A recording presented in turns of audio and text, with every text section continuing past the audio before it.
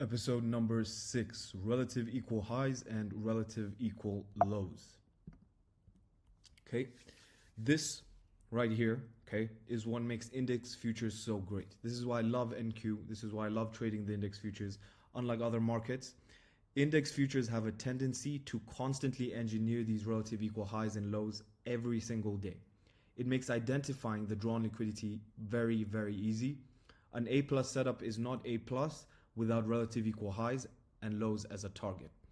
The beauty with index futures, like I said, it has a tendency to constantly engineer these relative equal highs and lows and constantly attack them every single day. This is there, okay? Relative equal highs and lows trading rules. If bullish, we target relative equal highs. If bearish, we target relative equal lows. If bullish, we have relative equal lows. Okay, so if we're bullish and there's relative equal lows, we wait for the relative equal lows to get taken and then engage the market. We use it as a key level and turtle soup. Okay, going back to what I said in one of the previous episodes, right? Every area that has liquidity has two functions, a drawn liquidity and a key level, right? Don't forget that. If bearish and we have relative equal highs above us, we wait for the relative equal highs to get taken and then we engage the market using those relative equal highs as a key level and a level 2 turtle soup, okay? So we have a bullish discount key level here, okay? We're at a key time window. And now again, start training your eye to see this because liquidity is extremely important. And like the previous episodes with the lows that broke the highs and highs that broke the lows, become a master at identifying this on the chart. Backtest this and forward test this as much as you can, right? Because your eye should start jumping to these levels of relative equal highs and lows or equal highs and lows. So when bullish, we want to look at these as targets. So we want to annotate that and anticipate at a key time when price hits a key level to then attack the relative equal highs and lows. This is my favorite draw on liquidity. And because it's so consistent on NASDAQ, it makes it really easy to trade. Here's a bullish discount key level. We want to be trading within a key time window and we see relative equal lows. So what do we do when we're bullish and we have relative equal lows? We use it as a key level and we wait for it to get taken out first. So we run out the relative equal lows and we then run for relative equal highs. Bearish example here, premium key level. We have a bearish bias on the day. Our eye should start jumping to relative equal lows as they're engineered constantly on NASDAQ. So it's not going to be, this is not something rare. Like I said, every day they're engineered. Okay, if we're bearish and we have relative equal highs, we wait for them to get souped and then we engage the market attacking relative equal lows. Okay, here's an example from the NASDAQ. This is a rejection block on the weekly time frame. We hit the rejection block here, okay, higher time frame. And now what do you see here? Like, because when we hit a higher time frame key level, right, and we're expecting bearishness from here, right, start training your eye. And you can do that from these videos here, right?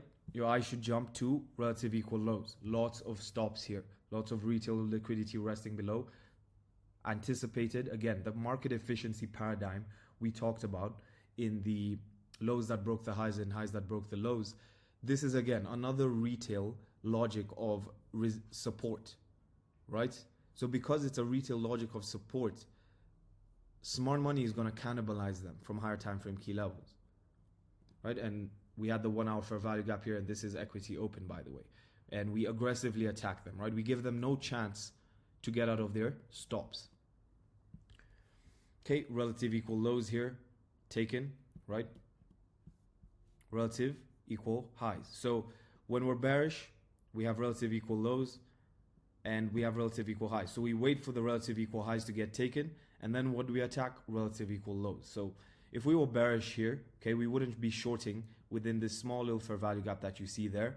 We wait for relative equal highs if they are there and present to be taken first before we engage with the shorts. Okay, looking at the framework here, we're in discount of this here. We run out a previous day low. This is equity open, this candle here. This is a 10 a.m. news event. Okay, now take a second here, okay? Pause, okay? Because I know many of you are going to miss this one. What do you see? Look at the whole chart.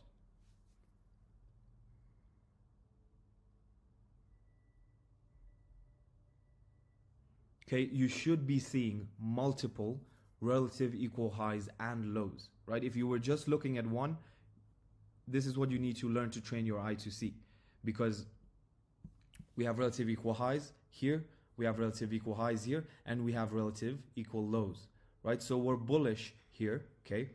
And we have relative equal lows, we have all of this. We wait for the relative equal lows to get engaged here at equity open, by the way, and then we start to attack relative equal highs. So in London session here, this is 3 a.m., London session attacked relative equal highs, right? Then just before equity open, we engineered relative equal lows with these relative equal highs just above us. We anticipate the run on relative equal lows when we're bullish, and then attack relative equal highs. Okay, and this is going to be really, really important for the equity open.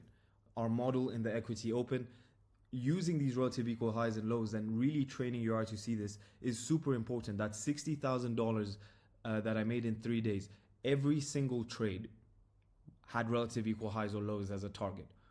Okay, that's how important it is.